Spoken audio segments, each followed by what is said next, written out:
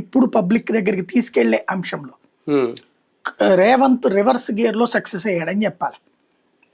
ఎట్లాగా అంటే ఎదురుదాడి చేయించడంలో, ఉమ్, తమ చేతిలో ఉన్నటువంటి అన్ని వనరుల్ని వినియోగించడంలో సక్సెస్ అయ్యారు. ఉమ్, దానికి తగిన ఎమోషనల్ టచ్ అన్నటువంటిది ఇవ్వడంలో ఫెయిల్ అయింది బీఆర్ఎస్. ఉమ్, ఇక్కడ ఈలోపు అభ్యర్థి భార్య, మొదటి భార్య ఈ గొడవలు రావటం, అవును. ఇవన్నీ కూడా ఒక రకంగా డిస్టర్బెన్స్ అట్మాస్ఫియర్. దానికి తోడు కుల సమీకరణాలు తీసినప్పుడు వీళ్ళకి సపోర్ట్ చేసే కులాల నుంచి కొన్ని అటుకుపోయినాయి. ఉమ్, ఇప్పుడు ఇదివరకు ఆయన మాగంటి గోపీనాథ్కి కమ్మ సామాజిక వర్గం ఓట్లు ఎక్కువ, ఆ నియోజకవర్గం దాదాపు 32,000 ఓట్లు దాకా కమ్మ సామాజిక వర్గాన్ని, ఓకే. ఉమ్, హైయెస్ట్ అదే ఉమ్, ముస్లిమ్స్ తర్వాత.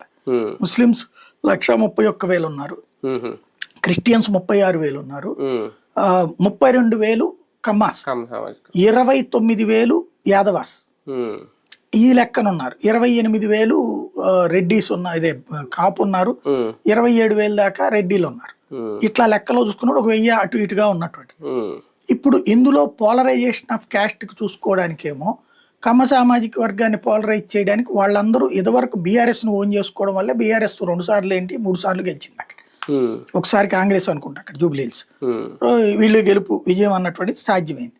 ఇప్పుడు సమస్య ఏమైందయ్యా అంటే ఇదివరకు టీడీపీ బి టీం కిందన దీన్ని చూసేవాళ్ళు. ఉమ్.